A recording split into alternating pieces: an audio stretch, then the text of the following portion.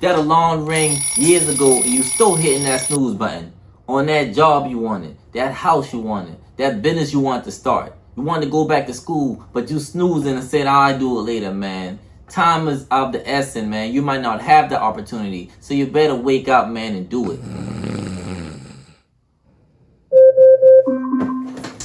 You better get up and stop snoozing your life away. Time waits for no one. So get up, get out, and go after that so-called dream you want. Episode 43. Let's go. And it all starts with that morning snooze.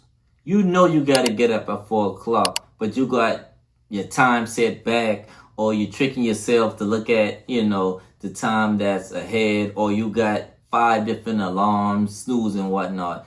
Tell yourself, listen, I'm going to get up at 4. That's the time, because it's all mental, man. I tried it, man. I would snooze and snooze and snooze and still be tired. But the moment I tell myself, listen, before I go to bed, I'm getting up at 4. That's what it is. It happened, man. Everything is in your mind, man. You put that fear. If you can eliminate that fear, I'm telling you, you can accomplish a lot of things, man.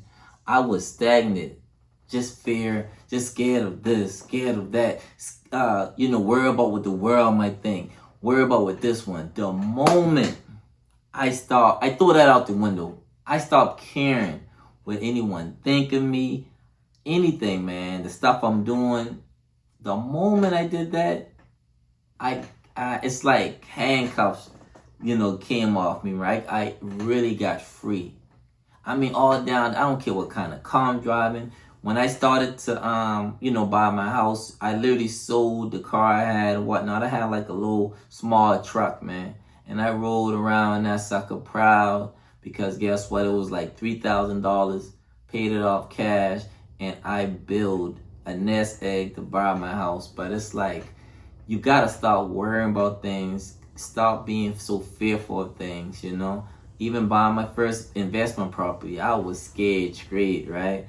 I was like, oh man, what would these tenants do? I'm hearing everybody talk about the tenants going to tear you up. Section 8 people, don't run from that. Listen, man, the Section 8 people, actually was the best renters, you know what I mean? But, we got all these things in our head and whatnot, man. We got to just, man, block that out, man. Write out that life, whatever you want to do. And guess what? Simply just do it. Form a habit of just doing that list you write up every day, man. And if you can't do it, take it over to the next day and just do it. I promise you, man, you're gonna get to where you need to be at. Consistency and faith and hard work. That's a triple play that is definitely gonna lead you to success. My order books should have been here by now. What gives?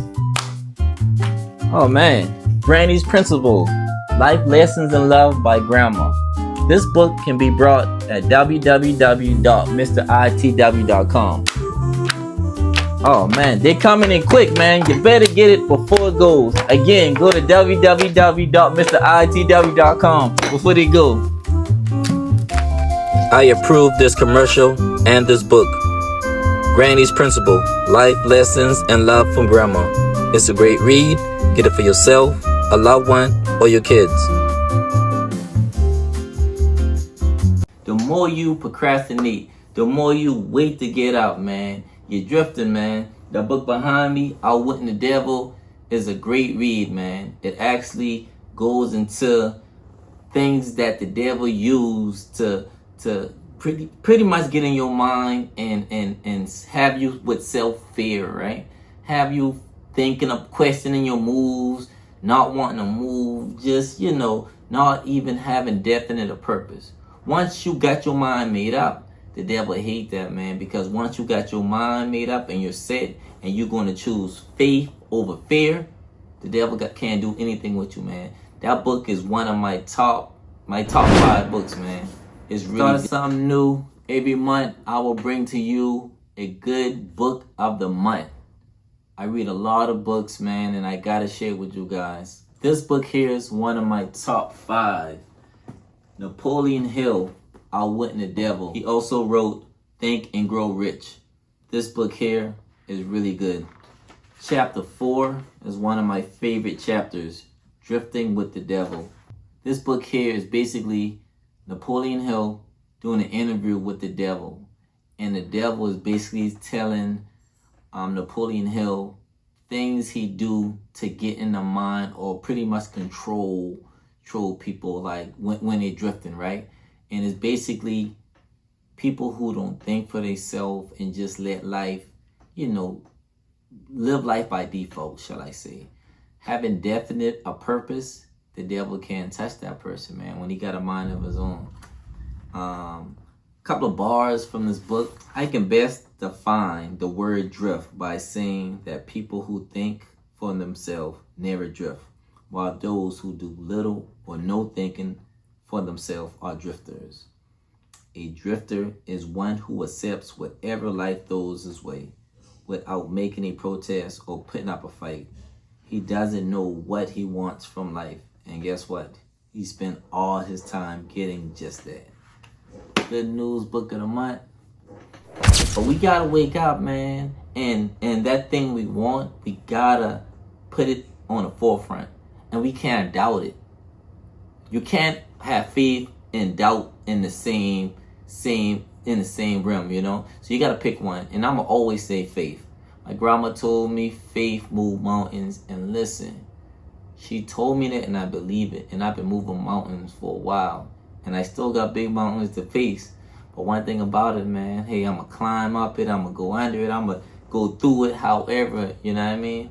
But the thing about it is, man, we're waking up already defeated, right? We snoozing 5 and 10 times. Man, listen, the moment I stopped hitting the snooze button was the moment I really started being successful. The moment I start just going, out in the world and just conquering things, right? Because it's all mental, right? I used to be that snoozer. 5 times. I'm snoozing. Okay, supposed to get up at, say, 5 o'clock. I'm snoozing from 3:30 all the way up until about 4:45 or something like that, right? Until I start, like I said, reading books like that and saying, you know what, I'm going to take control of what I'm going to do, when I'm going to wake up, my goals, how I'm going to, what I'm going to do during the day, writing it out and just doing it, right? And I tell myself, no, I'm going to wake up at 5, and guess what? I don't need an alarm clock. I wake up at 5. Go to bed and say, I'm not going to snooze, right? Yeah, feel good to procrastinate and wake up. But I'm going to tell you, man, you're not starting the day off strong, powerful. So one thing that I do, right? Like I said, I read something. It's a book I have. It's like scriptures, It's like it's like a certain topic. Like I think yesterday was I think it was discipline, right? So it posed, different scriptures from the Bible, and it kind of based off of that subject, right? So I read every night. Then when I wake up, I'm thanking the man upstairs of something, and it can be waking up, it can be all kind of things, right? But I do not start my day without showing gratitude. Then I'm actually not looking at my phone. As you see, so many things going on negative in the world, but I don't start my day off like that, right? I pour into myself. So I start brushing my teeth, getting ready and all that good stuff with affirmations that's on, I got it on my mirror, right? So I'm speaking positive stuff to myself, Then I'm going to do a breathing exercise and some stretching, I do some physical work, so I got to stretch early in the morning. And because the goal is to, if you win your morning, you can win your day. There's no, I got out the bed on the wrong side, man. I don't even put that in my vocabulary, man. The fact that I woke up is the right side of the bed, man. Every morning I wake up, it's the right. There's no wrong side of the bed. I actually start my day off the night before because I'm writing my list to do the next day. And then I'm picking maybe 3 things that must get done. One thing about it, sometimes we be overwhelmed. We got all kind of things. I might have a list here or there, but I picked the top 3 things that must get done no matter what. And that actually helped me. That stopped me from procrastinating. That stopped me from looking at the list and saying, you know what, it's too much. Or even drifting, right? Don't overwhelm yourself, because guess what? Sometimes when you overwhelm, you do nothing. And we don't need to do that. So pick those top 3 things and tackle it. The things you don't do, put it on the list for the next day. But just wake up, man. There's so much people I see that's so talented, that they was driven with good energy, and I'm seeing them like just lose hope. You know what I mean? Seeing them like they just walking around like zombies, man. Letting life go by. Man, listen, you got one life to live. So you better go after it, man. Sometimes you got that one opportunity that only comes once in a lifetime. You can't snooze on it or procrastinate. You better go full force, man. The devil gonna always pop up, man, and try to have you second guessing yourself, or man, if I fail and whatnot. I have learned to hurry up and fail. You know what I mean? And I was like, what? But I understand, when you fail, you learn from it, right? And it's like, you don't gotta be. Then when you go after things, you don't gotta be worried about if you fail or not, because it's not even failing or losing, right? It's about lessons that you learn in it.